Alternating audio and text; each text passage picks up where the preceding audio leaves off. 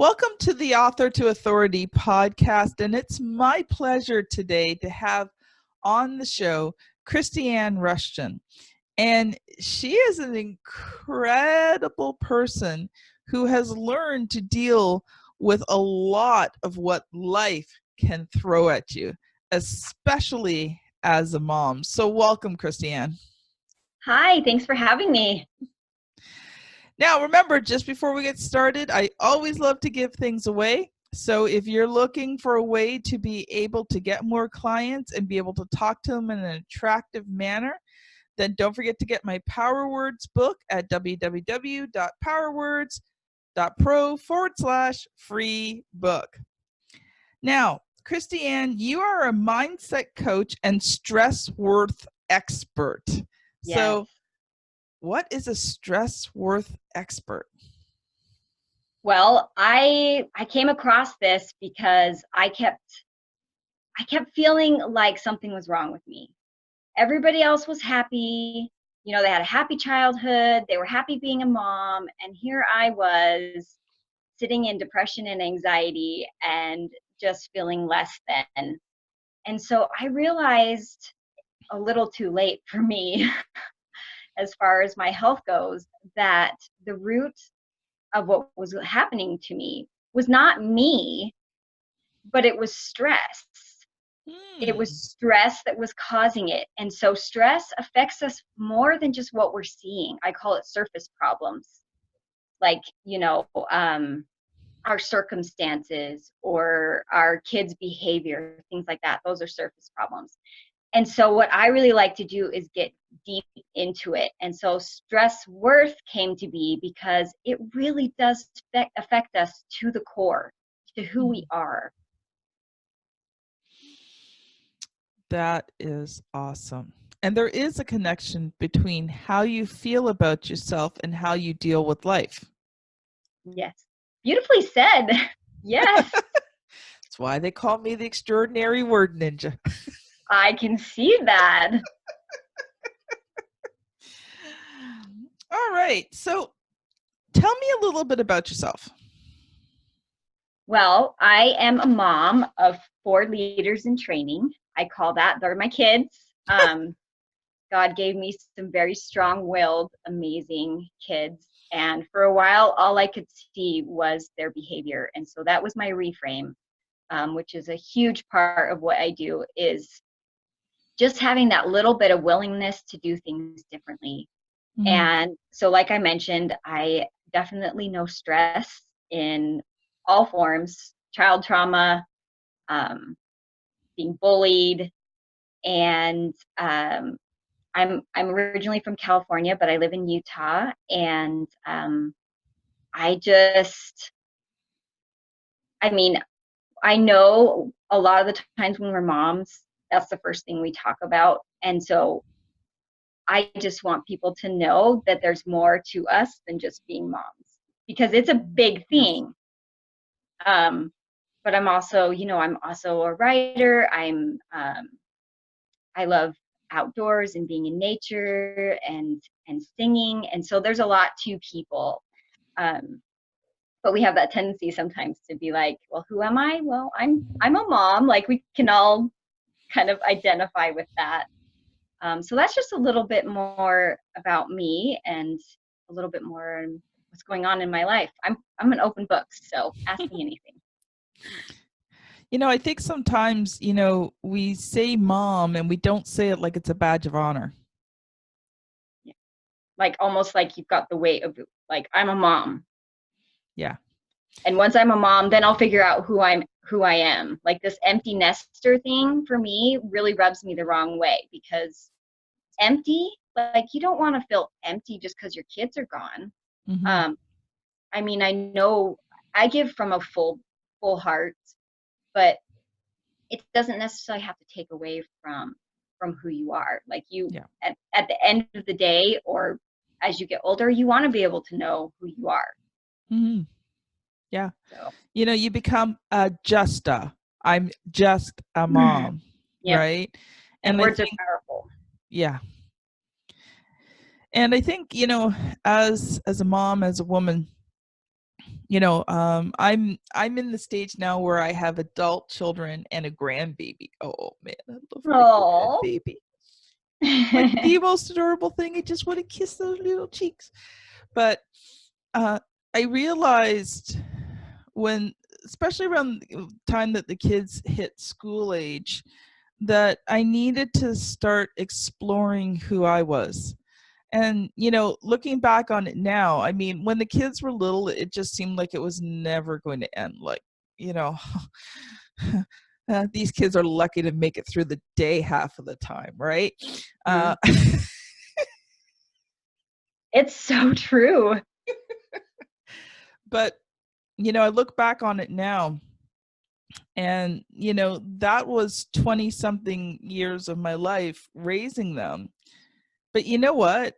They're grown now. I'm not even 50, and I have a lot of years left after the raising. And I think as women, you need to plan for that and, start exploring, especially once, your kids start to get in school and you've got that little bit more time. I mean, I realize a lot of moms work on top of it too, but, when they're in school, you do tend to have that little bit more time to be able to explore and do things. And I think it's important that we explore as women who we are and what we want to do and who we want to become. And you might be a stay-at-home mom, or you might be working a lot, so you may not have a lot of time, and you may not be able to do everything you want right now, because raising your children is probably one of the most important things that you can do in life. Oh, yeah. Like I love being an author, I love being a publisher, but my proudest moments are about my kids. When I watched my son get married, and now he's a dad, and I'm watching him raise his son, it's an incredible feeling, because I knew I did something right. I knew that I raised him right, and he's now going to pass that on to the next generation. So as a mom, take it as a badge and honor. Being a mom is probably one of the most incredible things that you can do, but it's not the only thing that you're going to do in life. Absolutely. All right. So I know that you came here today and you've got some things that you want to share with my audience. Oh, yeah. It's yours. Oh, I get to go right now. Okay. Yes. I wasn't sure if that was like you had another question for me or not. So really what I want to share is I just do things differently. Call me a rebel. I don't know. Maybe it's just because I have just hit rock bottom time and time again, and just know what it's like to beat yourself up all the time. And I'm still working on that. No, anything that I share, do realize that I'm still working on it. I'm not perfect, and I don't pretend to be. But I have definitely learned that productivity and time management, there's such a pressure there. Too much to do and not enough time. Yes. And it really, it's leading to burnout, and it's leading to this feeling of not enough. And it's hard, because when we create from a place, when we do things from a place of not enough, that's all we see, that's all we feel, that's all we're able to do. And so I like to just pull the veil away from stress. I don't want anybody who hears the word stress to feel like it's bad. Like, there's such a stigma to things. And to me, stress and depression and anxiety, because those are stress related illnesses, they don't have to carry any weight. They are messages. Like, these illnesses that I've had are my greatest teachers, because there were so many messages, and there's so many layers that I've been going through over the years healing. It's not just when you go in the doctor's office and they hand you a pill, and to manage your stress and send you home. It's just not that way, because even like self-care, even like going for a walk and like doing, it's putting all this emphasis on do. And if we put all this emphasis on what we do and we don't do it, it It's creates another thing. even more, right? It creates even more that feeling of not enough. So I really like to take the emphasis away from doing, because we know what we need to do and don't need to do. But in the midst of that is all these habits and all these thoughts and all these emotions. Like it's not a cut and dry thing. Like some people will say, I mean, as a mindset coach, I know how important thoughts are, but I'm not going to say that is the absolute thing you need to pay attention to. And so we keep trying to do things and we keep feeling like we're failing. And that's, you know, that's where that cycle comes in. And so, and the other thing too is when we're trying to manage our time, so the way our brain works is it detects problems. It's a problem solver. It wants to keep us safe. And so it goes into conservation mode when you're in chronic stress, because it thinks that everything that you're stressed about is a danger. Yes. Even your kids, even your time, even yourself. That's where it got to me. It got to the point where I abandoned myself because it wasn't safe to be me. It wasn't safe to feel or deal or heal. Like I just had to disconnect. And so that's what I wish really my message is that we can't keep putting so much pressure on ourselves. And when our body is shut down and we can't access, like literally our prefrontal cortex, which is in charge of like goal setting, moving forward, like all the things that I hear all the time, it's shut down. It's not functioning. You're not functioning. So why would you put the pressure on yourself to do all these things? It just doesn't work. And so I really like to tailor it, be able to see where those hidden stressors are, and be able to help moms do something that works for them. Yeah. You know? Well, I think, I think you're I get fired up. Yes. I think your being is a lot more important than your doing. Yes. And, I've had to stop for periods of time to take time to heal. One particularly bad time for me was I'd gone through a period of 2 years between 2001, 2003, where I lost 10 people that I knew well. And the second last one being my dad. And, the last one being a friend. And my kids were younger, they were kids, preteens, and I was working. And 6 months into it, I was just about having a nervous breakdown because I had shoved everything so far down, I wasn't dealing with it. And so, thankfully I got laid off, and I took a year off, and I grieved for a year. I grieved those 10 people for a year. And it was probably one of the best things I ever did, was allowing myself that time just to be someone who's grieving, to be someone who's dealing with serious loss. And, I didn't stop being a mom. I mean, I didn't curl up on the couch for a year and do nothing, but I took some of the stress off of myself. My job was stressful. I was traveling in bad weather for 6 months of, the year. I was traveling long distances, and I couldn't do it anymore.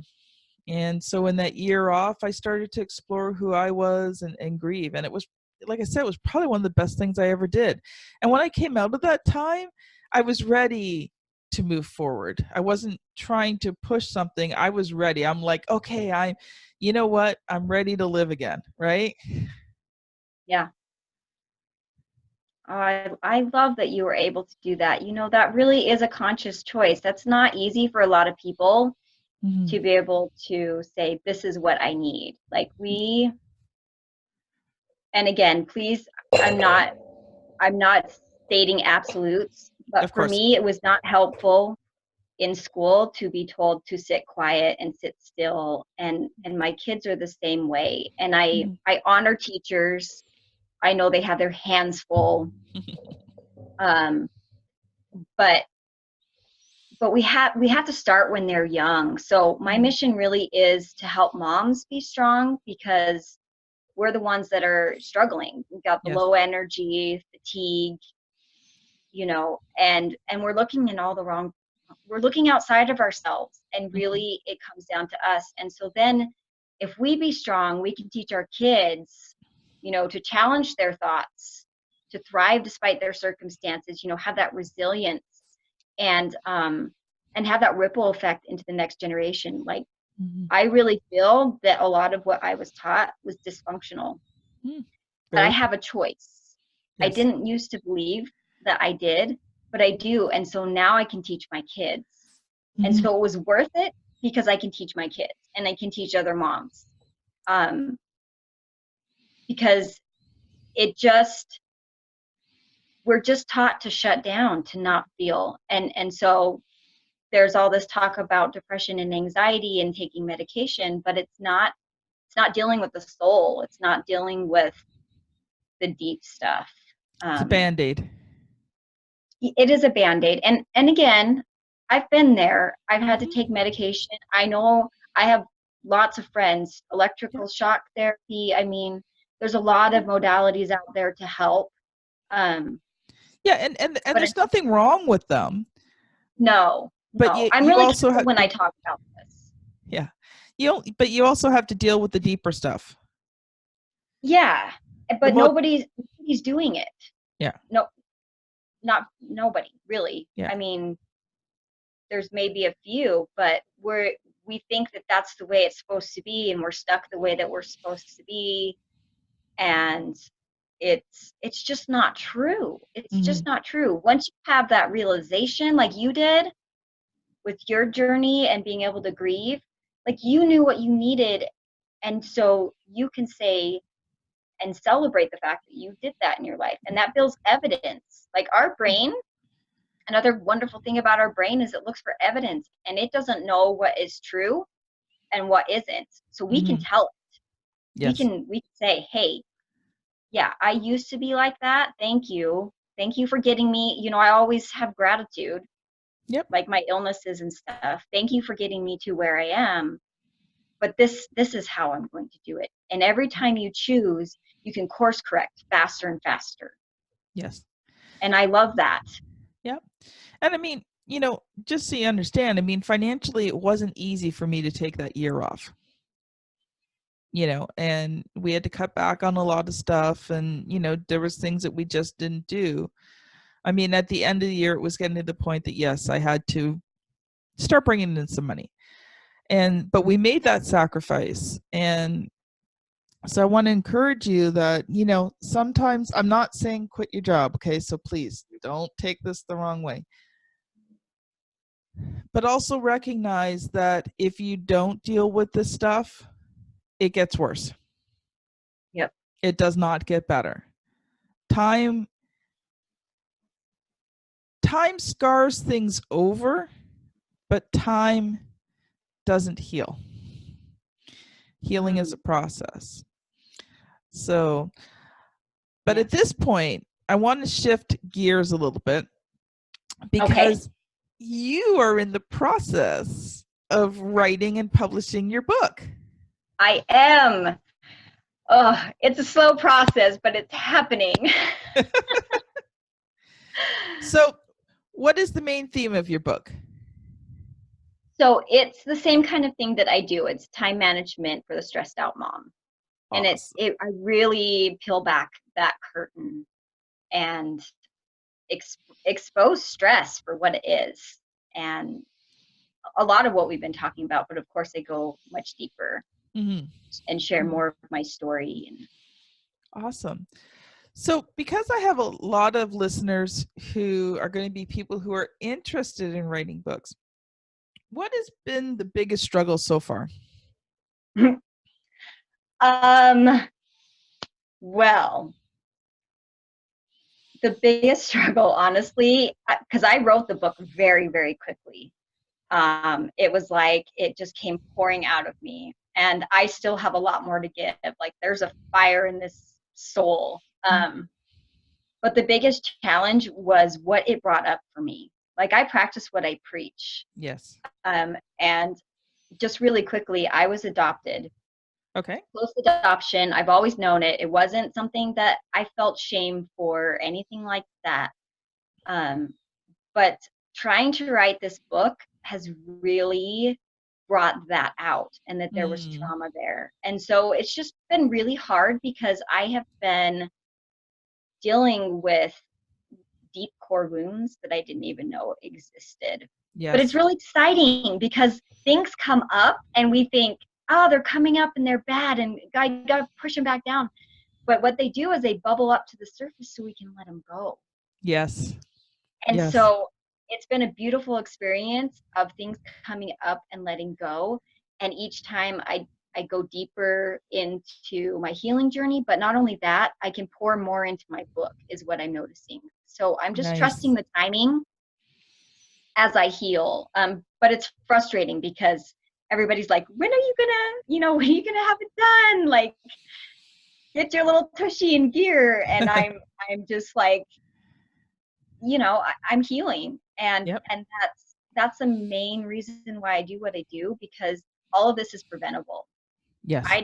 I did not have to end up in this space of illness and autoimmune. I mean, I haven't even talked about any of that. The fact that I haven't been able to eat anything for 6 years now. It is really difficult. So when I say I know stress and all of that, I do. But it definitely does prove to be a challenge sometimes. But I'm okay. You just do things differently. You just do things differently and take the pressure off, and you're okay. Well, thank you so much, Kristianne. It's been a pleasure having you on the Author to Authority podcast. Now, how can people connect with you if they're interested in finding out more about who you are and what you do? Awesome. Well, I'm getting all my ducks in a row as far as websites and all that kind of stuff. So the best place is to find me in my Facebook group, Busy Moms Unite. Awesome. Busy Moms Unite. Yep. Okay. And then my page is Busy Moms Blueprint. Cool. We'll make sure that we have those links in the show notes for everybody. And if you feel like you're a stressed out mom and you can really relate to what Kristianne has said, then I suggest you connect with her. Because you know what? There's amazing learning that happens when we connect with those who have either been through what we're going through or are successfully navigating what we go through. And so thank you so much, everybody. Thank you, Kristianne, for being on the show. This is Author to Authority, and we'll see you all soon.